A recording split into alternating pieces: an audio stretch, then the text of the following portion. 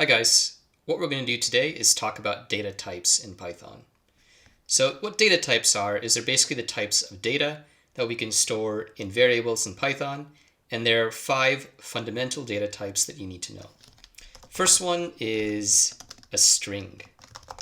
So name equals a myth. Right here, this is a string stored in the variable name. We can tell it's a string because it has quotes on either side. And this means that this is just text. Now, one difference between a string and other data types is we can't do any mathematical operations. So we can't add, subtract, divide, name. So this is called a string. The next one is called an integer. And if you studied them in math class, an integer is basically just a whole number. So we can say age equals 25. 25 is a whole number. The next one is a float. Now, a float is a decimal. There's a reason it's called a float. It's short for floating point.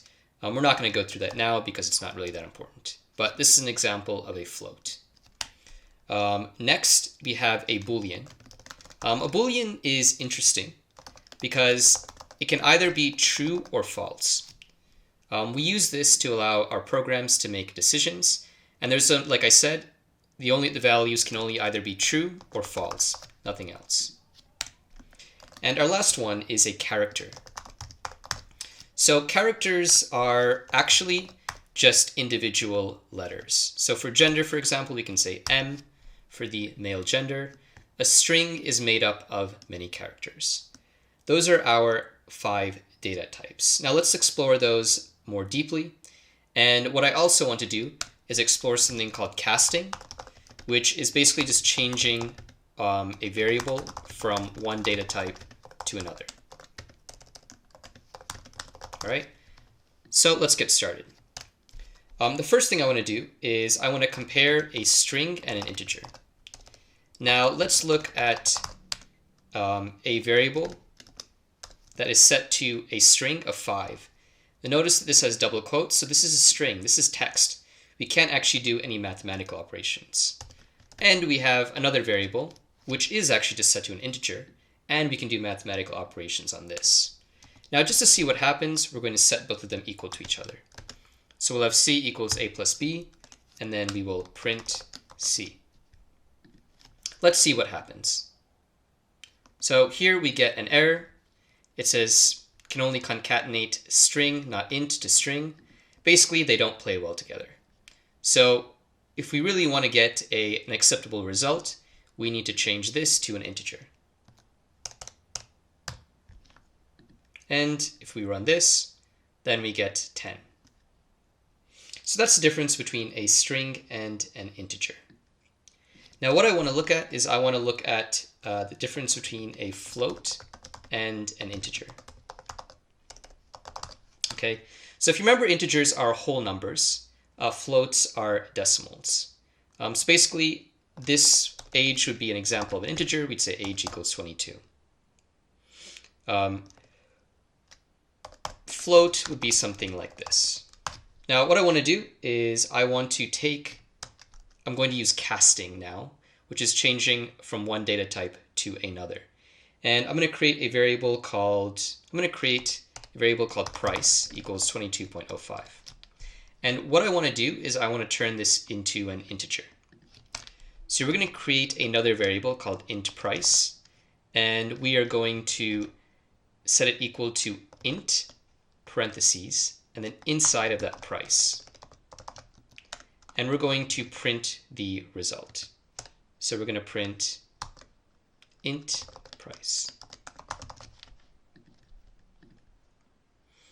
Now here, notice we basically got our float, except the decimal has been removed. So what we did is we took this, which is in type float, and we converted it to an integer using this int with the parentheses, and then we printed out the result. As soon as we did this, we cut off the decimal.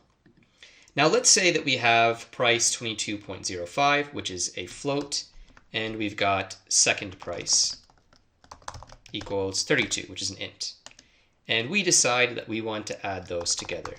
So we say total equals price plus second price. Now one of these is a float and one of these is an int, but if we print out total, let's go ahead and run that, we're just going to get a float. So a float, doing any operation between a float and an integer just results in a float.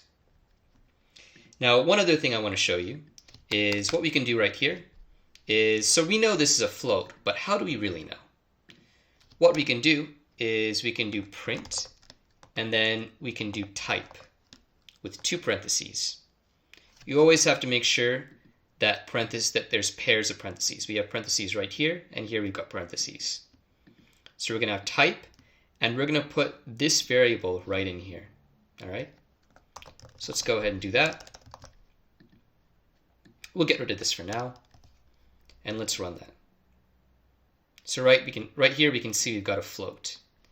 Now let's do this for this right here, for second price.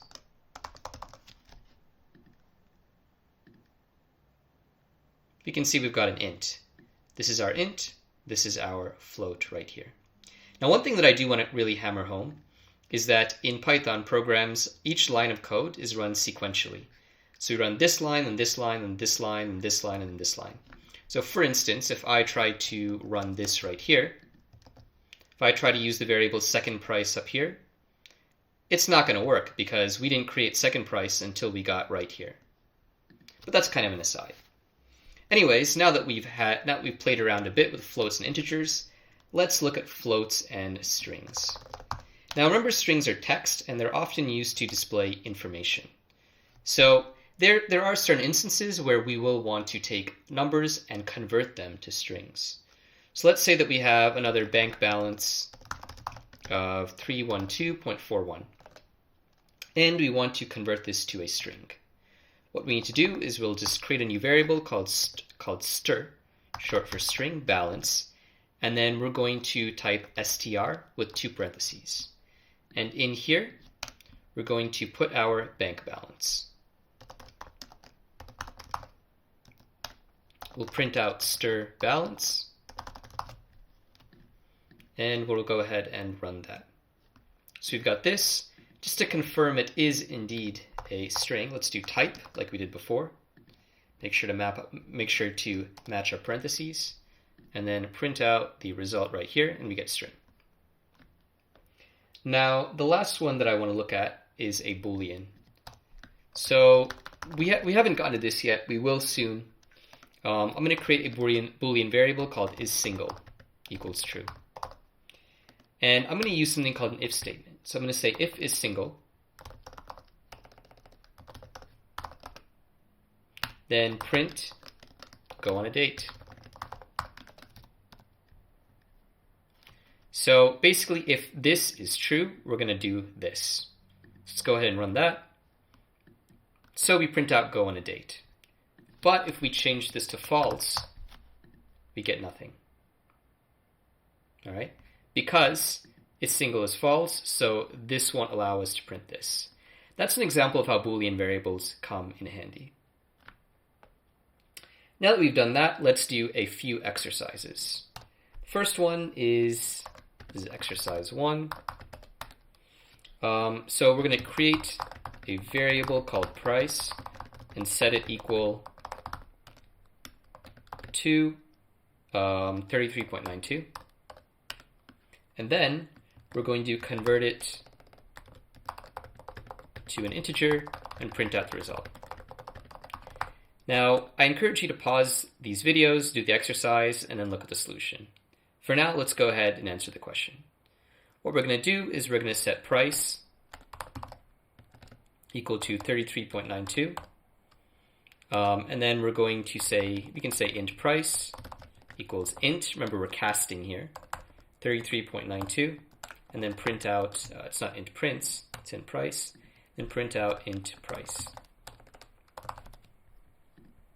Let's go ahead and run that. And we've got 33. We just got rid of the decimals.